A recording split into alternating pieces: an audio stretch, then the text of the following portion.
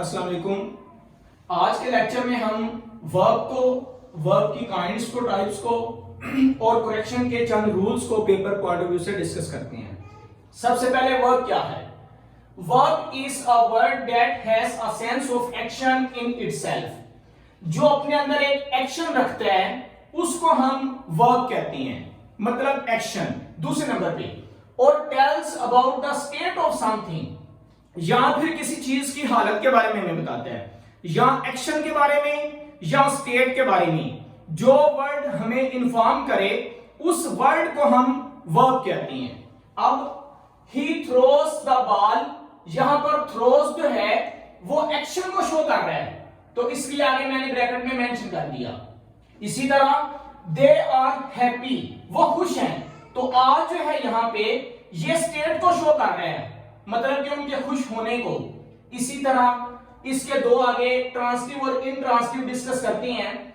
A verb that requires an object to complete its meaning. एक verb वो होता है जो ऑब्जेक्ट को भी मांगे अपना मीनिंग पूरा करने के लिए, उसको हम ट्रांसिटिव वर्ब कहते हैं।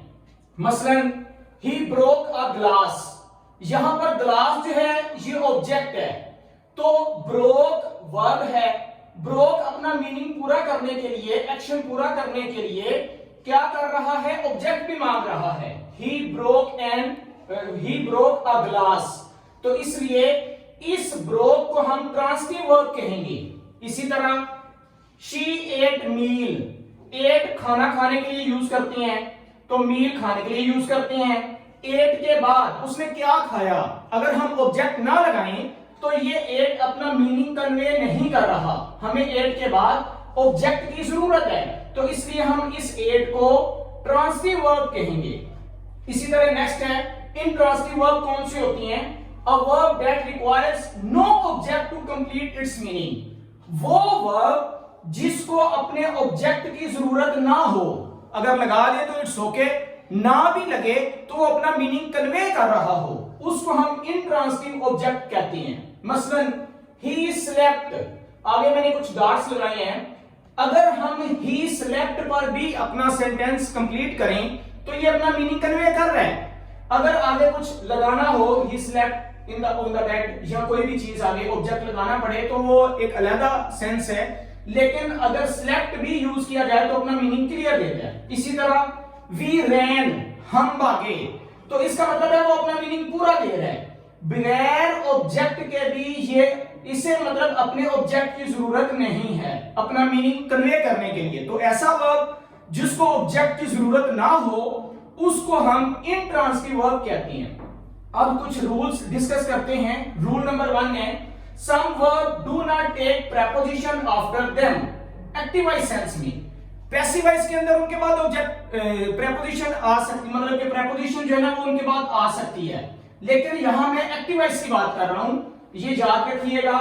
सम verb do not take preposition after them. कुछ वर्ब ऐसे हैं जिनके बाद प्रेपोजिशन की हमें जरूरत नहीं होती, हम प्रेपोजिशन नहीं लगाएंगे। मसलन love, hate, marry, reach, resemble, affect, ask, control, know use, require, tell, order, resign, sign, attack, inform, discuss, reject. ये जो वर्ब हैं इनके बाद हमें किसी भी प्रेपोजिशन की जरूरत नहीं है। For example he reached the station. अब रीच द स्टेशन जो है इसके दरमियान हम इधर कोई प्रेपोजिशन नहीं लगाएंगे।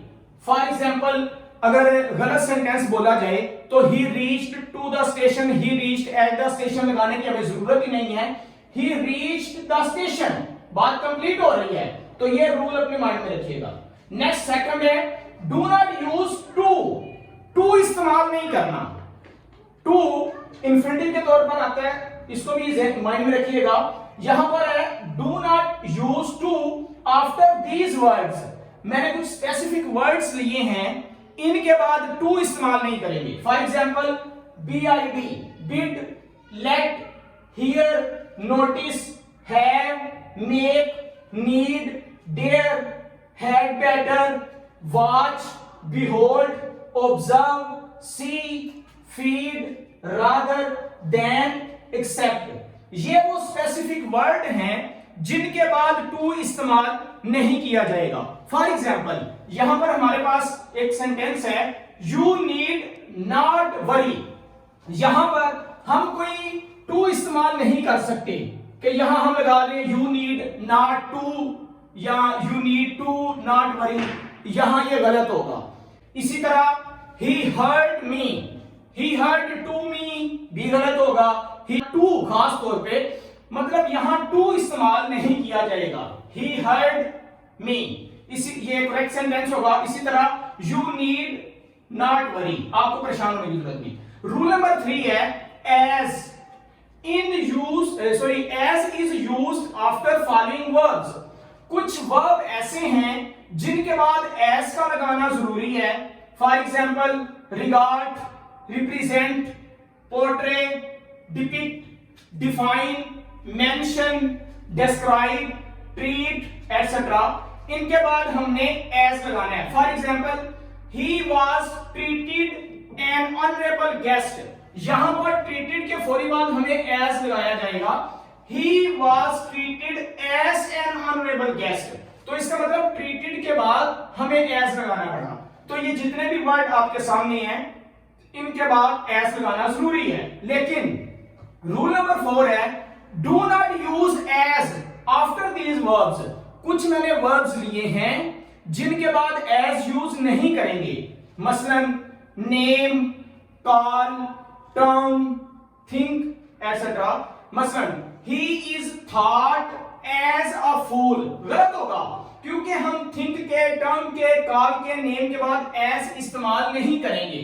तो he is thought a fool, उसे बेवकूफ समझा जाता है, thought as a fool नहीं करेंगे। नेक्स्ट रूल नंबर 5 है यूज gerund, जिसको हम ing वाली वर्ब की फॉर्म कहते हैं, ये नाउन बन जाता है। आफ्टर फॉलोइंग एक्सप्रेशंस, कुछ एक्सप्रेशंस हैं जिनके बाद हमने जेरंड इस्तेमाल करना होता है, वर्ब की आईएनजी फॉर्म इस्तेमाल करनी होती है जो एज अ नाउन काम कर रही होती है। मसलन succeed in, prevent from, prohibit from, insist on, with a view to, look forward to, addicted to. इसी तरह persist in, fond of, can not help, be used to वगैरह। ये वो स्पेसिफिक वर्ड्स हैं जिनके बाद हमने जेरंड इस्तेमाल करने हैं। मसलन she could not help weeping, यहां पर देखें कुड नॉट हेल्प के बाद हमने वीप के साथ आईएनजी लगा के इसको नाउन फॉर्म में लिया है, जेरंड के तौर पर इस्तेमाल किया है। He could not help weeping. Next rule number 6 है when the verb now is used to represent a skill, do not use to after it, rather use how to after it।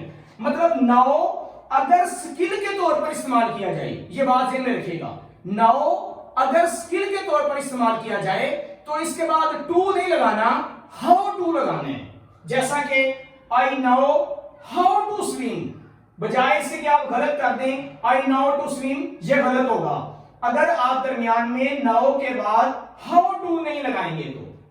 Rule number 7 है last one, as the subject, as a subject a number of takes a plural verb. ये बात अपने ज़हन में बिठा लें, जब आ number of होगा तो वो प्लूरल वर्ब लेगा। इसी तरह जब द नंबर ऑफ होगा तो टेक्स अ सिंगुलर वर्ब। जब आ नंबर ऑफ होगा वर्ब हमारा प्लूरल होना चाहिए, आ नंबर ऑफ के लिए वर्ब प्लूरल होना चाहिए और द नंबर ऑफ के लिए वर्ब सिंगुलर होना चाहिए। मसलन अ number of books is missing या आर मिसिंग, तो मैंने आपको बताया जब आ नंबर ऑफ होगा तो प्लूरल वर्ब लेंगे, तो फिर आ number of books are missing होगा, इज मिसिंग गलत है। इसी तरह जब द नंबर होगा तो वर्ब हमारा सिंगुलर होगा, जैसा कि the number of students are या इज इंक्रीजिंग, तो यहां हमें पता है द नंबर ऑफ के साथ हमने सिंगुलर वर्ब लेना है, तो आर गलत होगा, इज इंक्रीजिंग बढ़ रहे हैं। हमने ये नहीं देखना कि स्टूडेंट्स के साथ एस आया है तो हम इसके साथ आर लगा लें, बल्कि हमने ये देखना है जब पीछे आर नंबर ऑफ हो तो हमारा वर्ब जो है वो प्लूरल होना चाहिए, और जब पीछे द नंबर हो तो फिर हमारा वर्ब जो है वो सिंगुलर होना चाहिए। आज के इस लेक्चर में हाफ रूल्स करेक्शन के डिस्कस किए हैं, हाफ नेक्स्ट वीडियो में करेंगे। अस्सलाम वालेकुम।